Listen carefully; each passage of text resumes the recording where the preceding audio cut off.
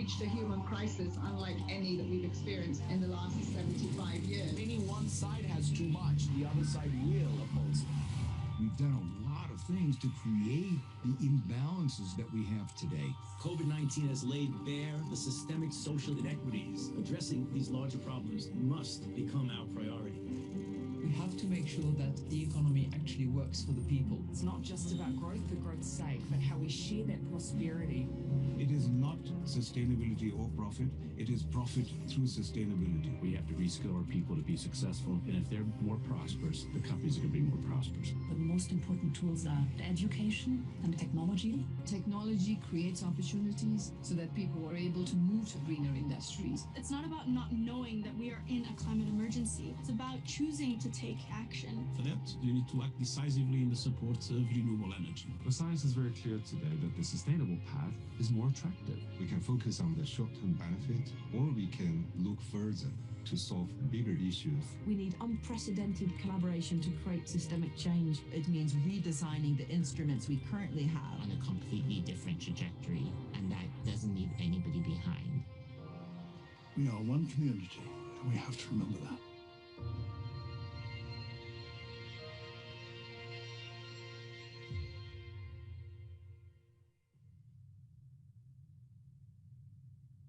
Hello and welcome.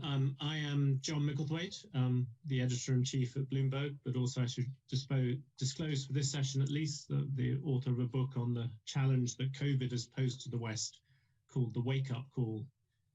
As you know, we are getting close to 100 million cases of COVID and nearly 2 million deaths. And this panel is here to look at solutions in a way, to look at the future of what lies ahead, both for governments and businesses, and what we can do to improve the collaboration and the efforts, both to deal with this particular disease and to deal with other potential ones. And it fits into a pattern where there are other panels coming at the WEF on many different parts of this. And we will look forward at issues like how exactly vaccines will work, what changes, what we need to do with multilateral organizations. As I said, this is a very forward-looking panel, but I think it's worth recording that we have a panel which has already proved itself in what has happened. To the extent that COVID has been a war, all four of our panelists have had a very good war. We begin with Kyriakos Mitsotakis, who's the Prime Minister of Greece. I think it's worth reminding people just how well Greece has done in this. If the West has generally been rather lousy at dealing with COVID, Greece has sadly lost 5,600 people, but that out of a population of 10.4 million means a death rate per million of just over 500. By contrast, Germany, which not that long ago used to rather look down on the Greeks, has a death rate of over 651. The US is up around 1,300 deaths per million. And the UK, from where I am at the moment, is 1,500. So the Prime Minister has done well.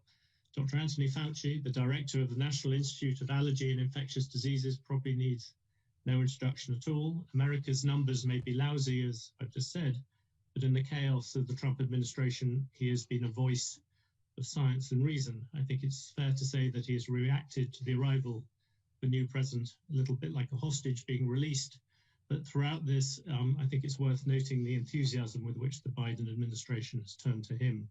Nancy Brown is the Chief Executive Officer of the American Heart Association, and she has also been a voice of reason in this particular drama, particularly on the idea of the cost of COVID to the wider healthcare system and what that matters to the wider world. Heart disease, like cancer, has kept on going whilst these other resources have been concentrated on one thing.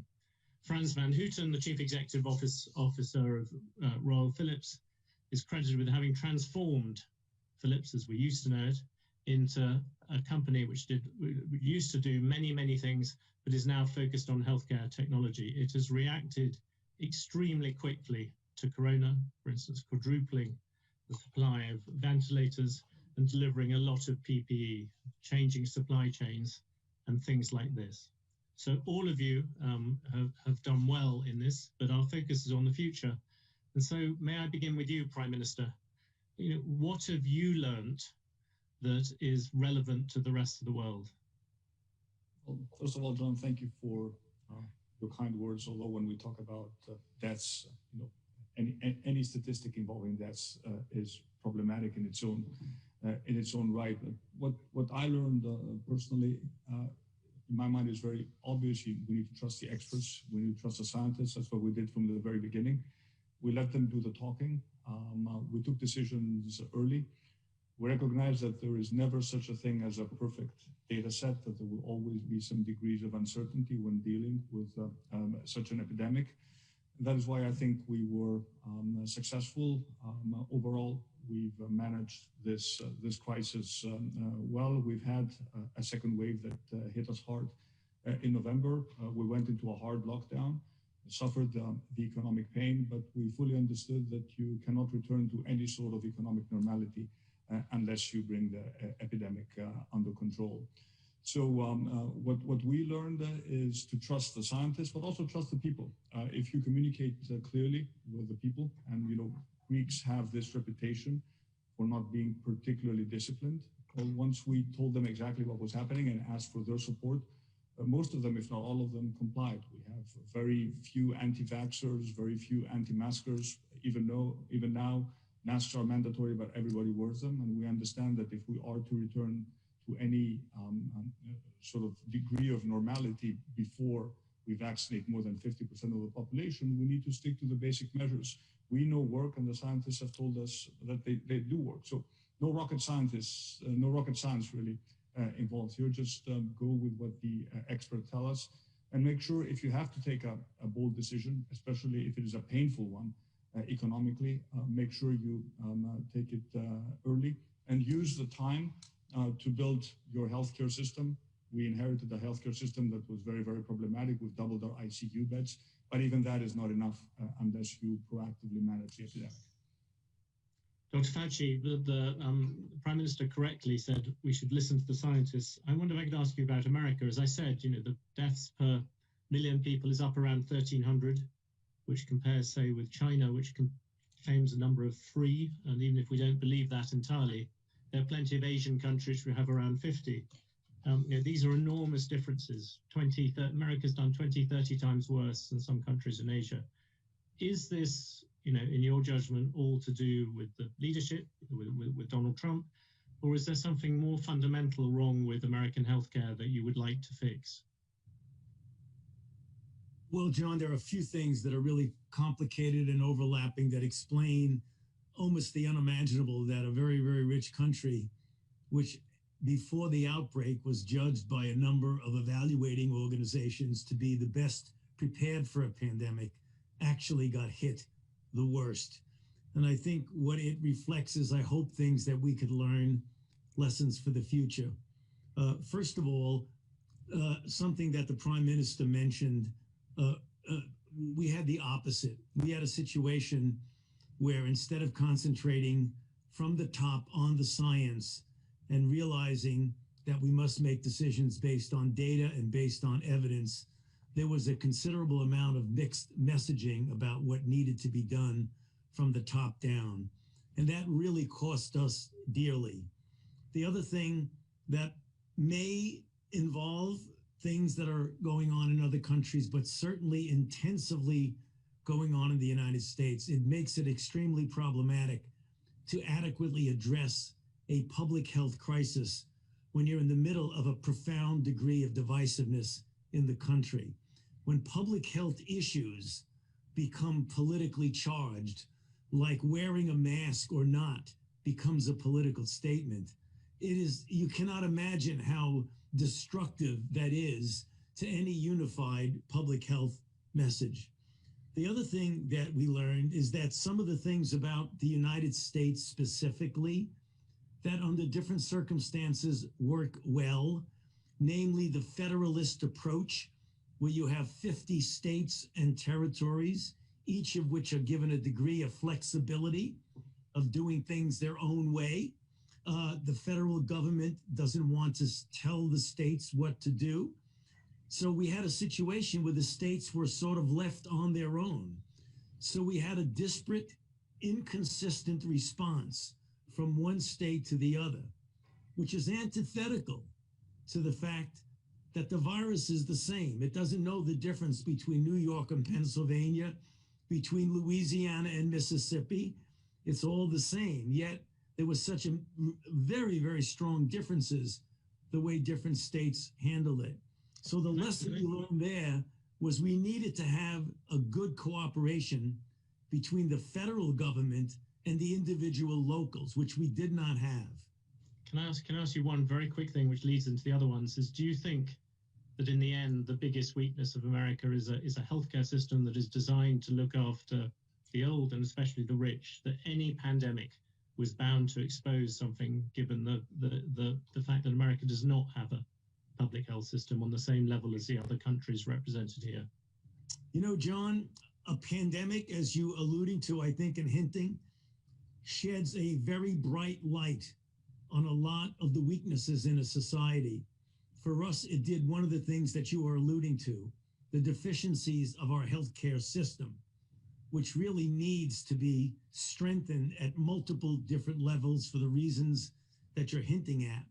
The other thing that it shed a bright, embarrassing light on is the extraordinary disparities we have in health, where in our country, similar to other disease, a vastly disproportionate amount of suffering among our brown and black people, our minority population, in which the incidence of their getting infected is much higher.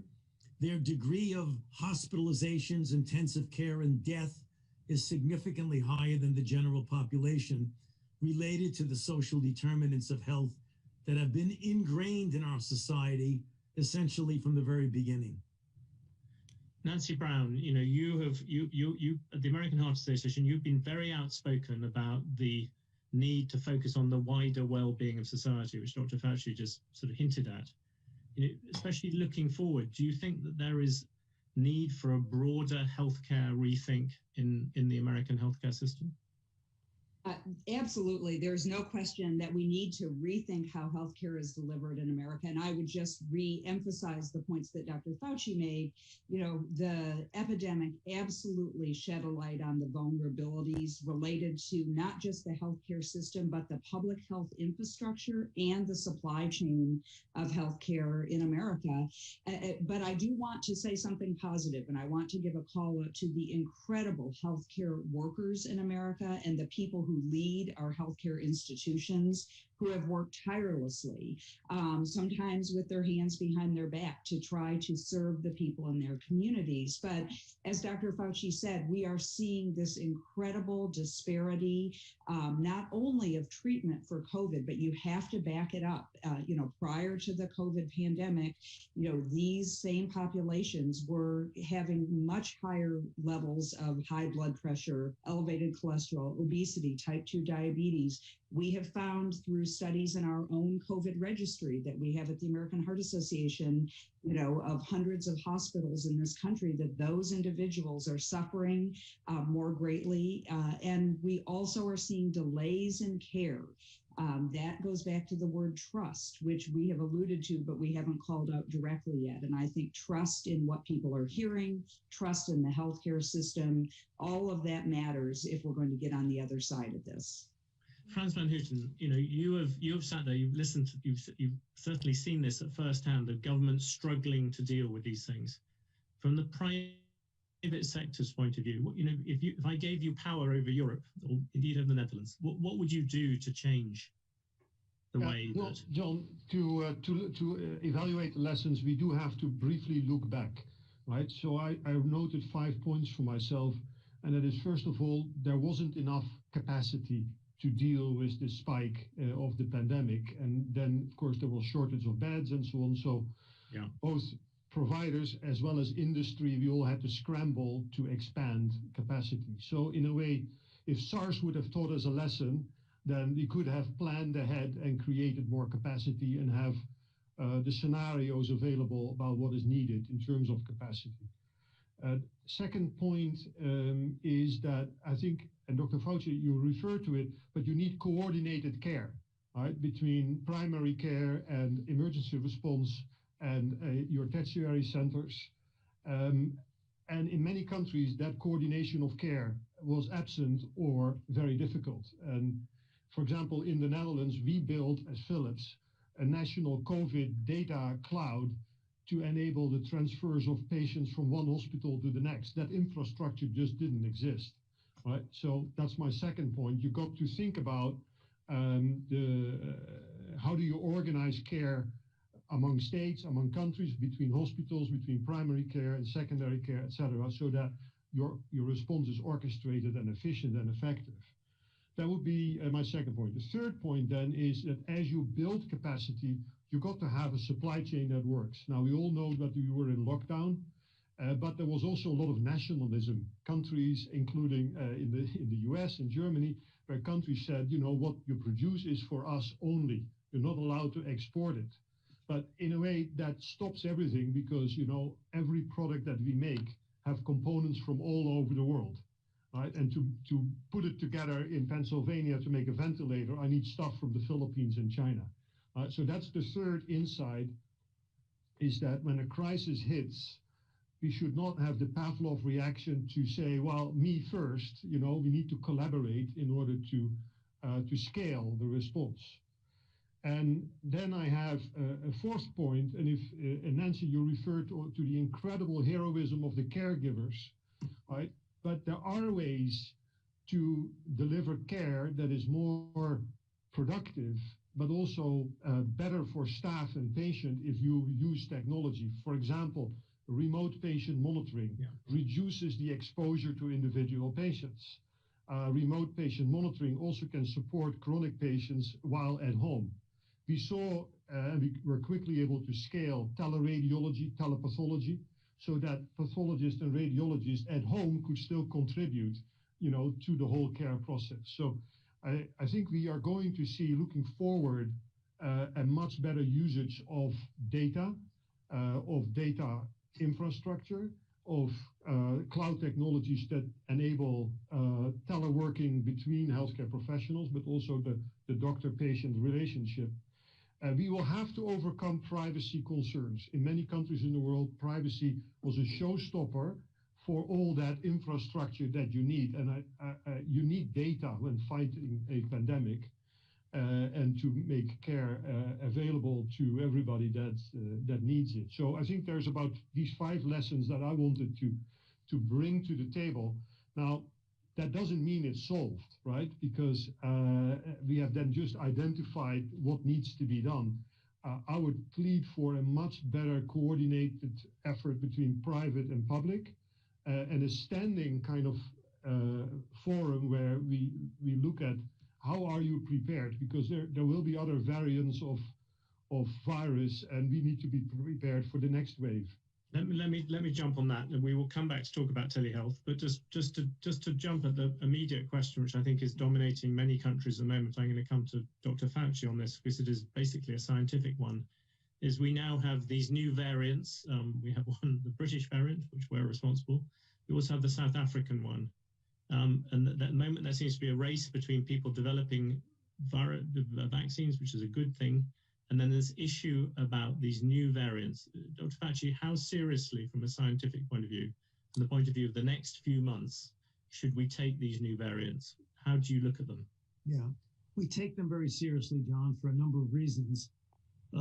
One, the situation, for example, of the variant that is dominant in the UK right now clearly has an increased capability of transmitting, and recent data from the UK indicates that although at first it was felt to not really have an increase in virulence, which means it is more likely to make you seriously ill or kill you, we're finding that that's not the case, that it does have the inherent capability of making you more sick. The thing that we pay a lot of attention to is what is the impact of the variant, which is now in more than 22 states in the United States, as well as in other places throughout the world, on the efficacy of both the vaccines that are now being distributed throughout the world, as well as monoclonal antibodies. The UK that's done, the UK, I don't want to say the UK variant or the. I think I'll allow you that.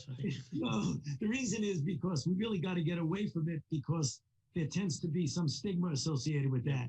It's not the UK's fault. It just happens to be prevalent there, same way with the Republic of South Africa. But the issue is it does not appear to have a substantial effect at all on the efficacy of the vaccine. So we're pretty good there, but you've got to pay attention to it because it's evolving. Can I ask you one really quick question on that? Yeah. Some people say that people have been delaying the second dose of the vaccine. Does that worry you at all? You're one of the people who's... Yeah, it does. It does. I mean, I can understand the reason why that is being done, but I would be concerned about that because you don't get full efficacy until you get that second dose. And if you allow suboptimal efficacy, you could actually immunologically select more for mutations when you do that. So that's the reason why, it may not be the case, but it gets risky. And that's the reason why we prefer to keep it on the time that the clinical trials said. For the two that are that we deal with in the United States, Moderna and Pfizer, the second dose for Moderna is 28 days. For Pfizer, it's 21 days. But let me get back to the variant that's now dominant in the Republic of South Africa. That's a bit more problematic, John, because when we've looked at it and a number of papers are coming now on the preprint journals that are showing that when it comes to the monoclonal antibodies, several of them are completely negated in their efficacy by the mutation, and there seems to be a considerable more threat to vaccine efficacy, even though the cushion of efficacy is sound enough that the vaccines that we're using now will be good against both the mutant in South Africa as well as in the UK. Having said that, this is an evolving situation. So what we need to do and are doing are already looking at making upgraded versions of the vaccine that could address both the South African mutant as well as the one in the UK. So even though right now the vaccines seem to be able to work against them, we need to be prepared to upgrade, and maybe even as a boost later on, or as a bivalent vaccine that goes against both the wild type and the evolving mutants. That's incredibly clear. Prime Minister Mitsotakis, I mean, from Greece's point of view, I think you're one of these countries which has been talking about life returning to normal spring. Do you now feel as if that level's being put back? When do you expect kind of normal activity to come? Well, a lot will depend on the pace of vaccination. All European countries have built their infrastructure. We could deliver many more vaccines. We just don't have access to them. Having said that, and in spite of the delays in terms of approving vaccines, I still think that the European cooperation in terms of purchasing vaccines has been overall a success story. Of course, we will push companies to honor the contracts and deliver vaccines faster.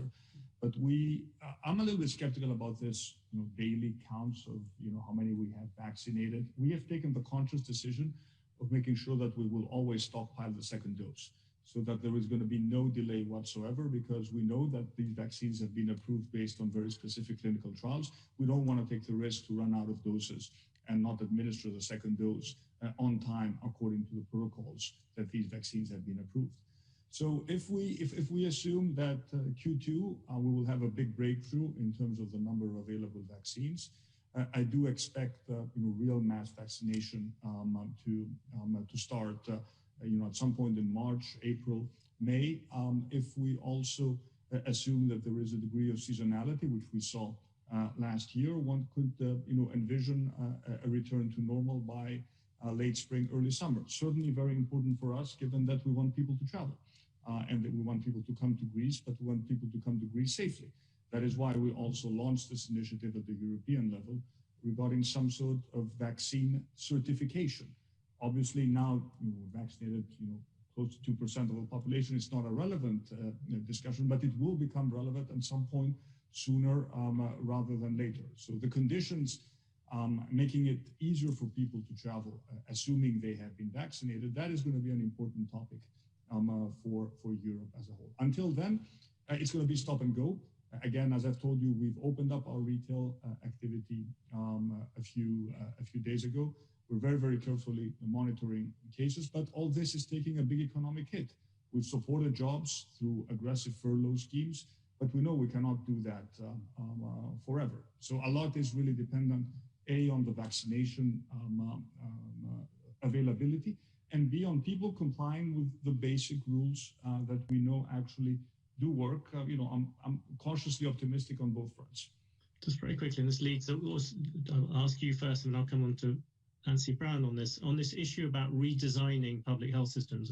I would imagine at the moment that your entire focus is just purely on trying to keep as many people alive as possible and trying to restart the economy. But have you got a thought about how you would try to redesign healthcare after this? I think COVID has been an accelerator. This is a tremendous opportunity to take a hard look at a public healthcare system, which has worked reasonably well, but we can significantly improve it. What is the one thing you would really try to change? What is the?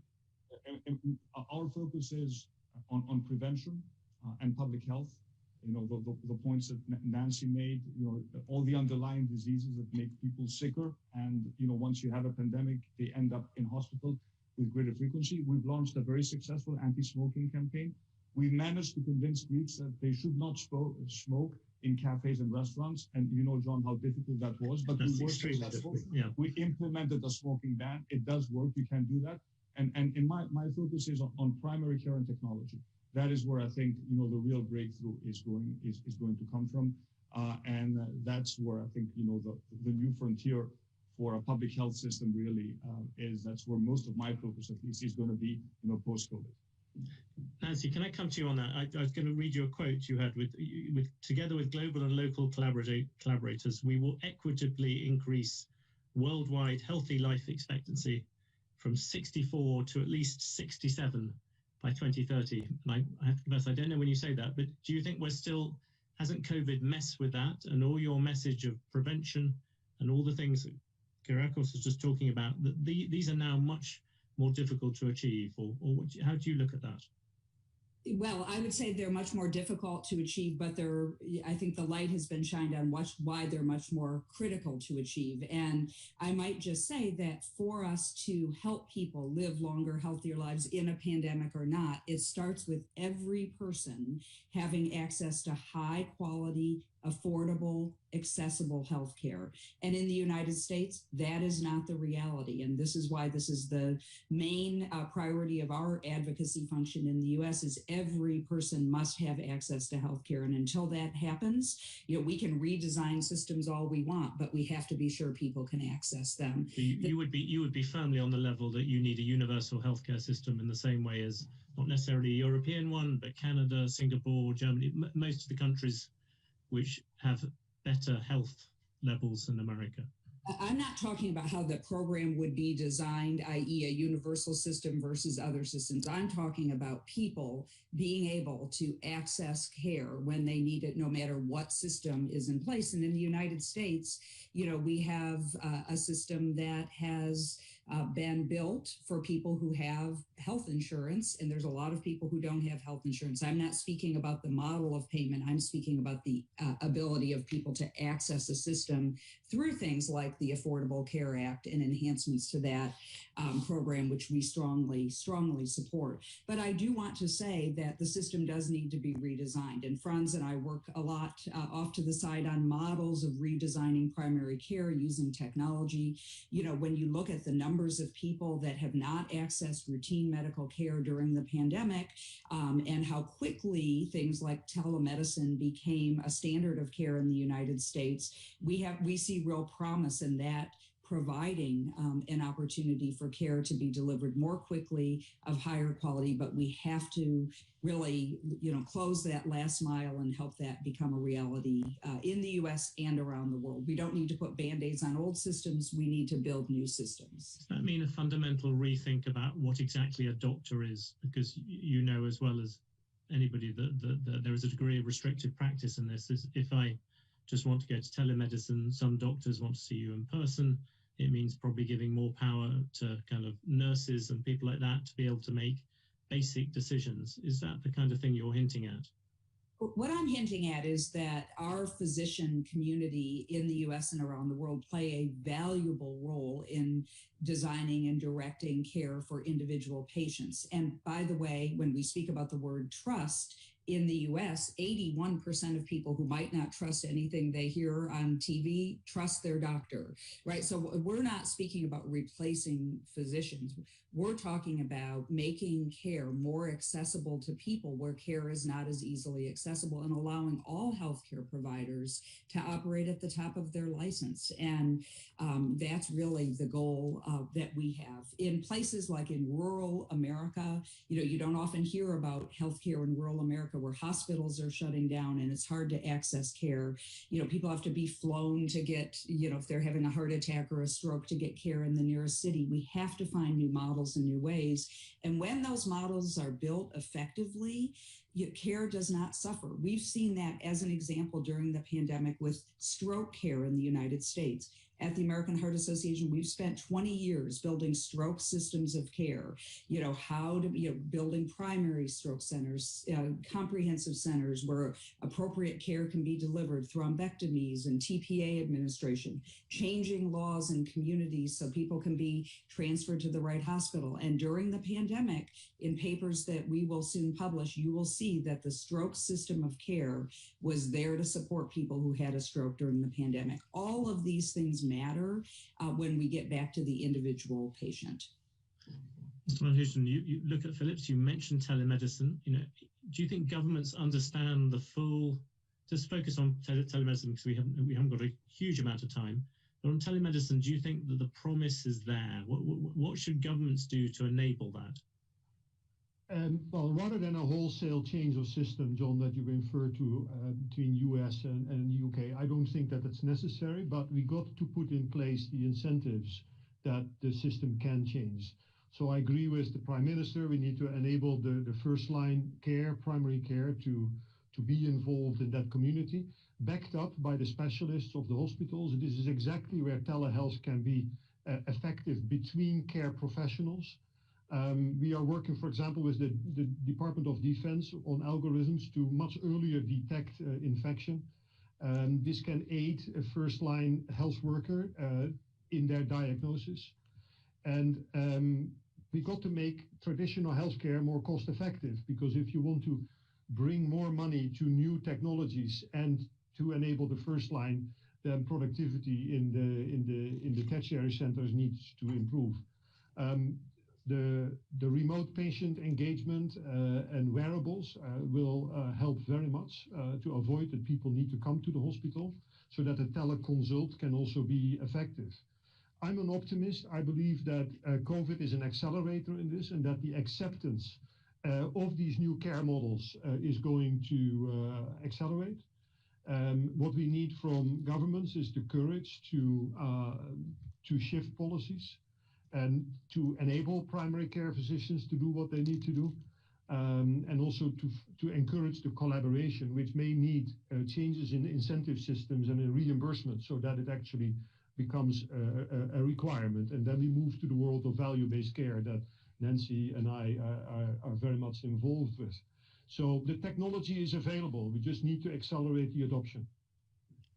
Can we look at the multilateral approach? You've all talked a lot about things that happen within countries, but as I think Dr. Fauci said at the beginning, this is a disease that does not respect borders. Two things, Dr. Fauci, maybe I'll come to you first on this. Two things on multilateralism. Firstly, a sort of broad one. How great a gain is there? Do we need to set up some kind of multinational organization that deals with disease preparedness specifically on that subject? Oh, absolutely, yes, John. We had a situation which was very unfortunate, where the United States withdrew out of the WHO. And as you might recall, just a few days ago, President Biden asked me to address the World Health Organization Executive Board and announce that we are going back into the WHO, as well as with our support. I think this is absolutely critical. The world needs an organization like the WHO. I believe that with the reforms that we hope the WHO will enact, that it will serve as that multilateral organization that is absolutely critical. We need global health security. You might recall there's a global health security agenda. We need transparency, communication, coordination collaboration, and the solidarity that we all talk about. If we don't have that, it becomes maybe not impossible, but extremely problematic to address an emerging outbreak. Not only the initial aspects of it, when you start to see that there is something going on in some country, somewhere, that is alarming, but is even when we're at the stage where we are right now, when we have the emergence of mutants in countries as far away as the Republic of South Africa, and California just came out with their own variant, which is different from all of the above. So if we don't have health people who are in California communicating with the people in the UK, who are communicating with the people in the Republic of South Africa, we're going to be in a very difficult situation, even more problematic than we are right now. Isn't there one example, and I want your view as a scientist on this rather than from a political point of view, that the obvious example that's around the world is China at the moment. You mentioned the WHO, you mentioned the origin of the virus. The WHO is sitting there and the Chinese seem unwilling to share the data. Regardless of the politics, Xi Jinping is coming to address the WEF as well. But what scientifically is China denying the world by not letting people see about the origin of the virus? Substantial negative impact on us. And it began a long time ago, John, when it was clear among the scientists who are my colleagues, who I know, who I speak to, were saying, this is really different. It's not a virus that just jumps from an animal reservoir to a human and is very ineffective in going from human to human. It goes very effectively from human to human. And the critical issue that we didn't realize first, that if there had been transparency, it would have profoundly influenced policies. And that is that at least half of the infections are transmitted by somebody who has no symptoms at all. That now, right now, though, Dr. Fauci, is there a what is the cost of China not opening the books on this? Well, I think it's very important because there are still things that we don't know right now about the origin. Understanding the origin would really be important, and we don't know it now. It's a big black box, which is awful. We're over a year into it, and we still don't appreciate it. Prime Minister, this is obviously a somewhat more political issue for you. What do you think that the rest of the world has a responsibility to put pressure on China about this? I absolutely agree with what Dr. Fauci said. First of all, on China's responsibility to be transparent on this issue, on the role of the WHO. That's what it was designed to do, and it is clear that it has a very important role to play. And of course, at the European level, because we're also a supranational organization that is looking to serve the well-being of European citizens, I think there is more we can do to coordinate policies. A big debate regarding our dependence on supply chains and not being dependent on... Do you think the European Union is now, I mean, to begin with, it was not the European Union's finest hour. It certainly wasn't the American administration's finest hour, but it was not the European Union's either. Do you think now the European Union has got its act together? Well, I think at the beginning it was, a race, a very national race. It was a Wild West when we were trying to procure, PPE during April and May. But I would still argue, John, that in spite of the delays, the fact that the European Union decided to purchase vaccines centrally and allocate them per capita without making any distinction between rich and poor countries within the European Union was a moment of European solidarity. I certainly feel better that the European Union is negotiating on our behalf than having to negotiate as a medium-sized country on my own with Big Pharma on this issue. Could we have done it better and faster? Certainly, but let's not forget that we all have access to vaccines. Hopefully, the pace is going to be accelerated because we managed to purchase them at the European level. And of course, we also need approval at the European level. You know that we've approved 2 vaccines. There's a question of approving the AstraZeneca vaccine. Hopefully, if the European authorities decide to approve it, we will also have access to that. But I think the crisis has taught us a lot about how we can better cooperate at the European level. Frans van Houten, can I come to you particularly on that point? What would you like to see the European Union do differently? Look, in a crisis, you need a general, right? And unity of command. And I would like very much the solidarity and the clarity of policy. I've had phone calls to about every politician in the world to keep the supply chains open. In this multilateral arrangement, we need to make that as a standard and not debatable, right? And so that we don't regress to old behavior. These things can all be discussed and put into policy, and then I think we are better prepared for the future. Same to some of the other points that I mentioned, like having data transparency, exchanging data on a regular basis will all help for a better healthcare system. And I hope that those will be the lessons learned once the dust settled, that will be put into policy. Nancy Brown, you've seen this, especially on the multilateral level, this element of beyond America, which I know you look at a lot. Now, what is the one thing you'd like to see between governments, between nations at the moment? You know, I think the coordination that we've heard about is really critical. And Dr. Fauci mentioned the word solidarity. There's a really good model in science and research. There's a international consortium of researchers working together across countries on COVID therapeutics in a solidarity trial being conducted in more than a dozen countries. This can be done, supported by governments, and we think it's very important. And I will say, you know, that I also, in addition to the WHO, the WEF has a very important role to play, because here the WEF is convening leaders of governments, leaders of industry, leaders of non-government organizations, and back to this important word, trust. People around the world really trust when they see that level of cooperation and collaboration coming together. And so all of these pieces together can give us promise for a different future than what we've been experiencing this past year. Would you like to see a particular thing targeted at this issue of dealing with infectious diseases on a kind of global level, that you see some people calling for a need for people to do the equivalent of a sort of Manhattan Project of looking at this in a much bigger way? Well, as has been said by my colleagues, you know, these viruses show no boundaries. So we need things like global registries, global data sharing, commitments and agreements for transparent, immediate communication. You can't solve a problem when you're guessing at what the problem is. You can solve it eventually, but when you have to take time to guess what the problem is, that doesn't put anyone in an advantage. And we clearly would call for that level of global support and collaboration, especially in data and science, always first.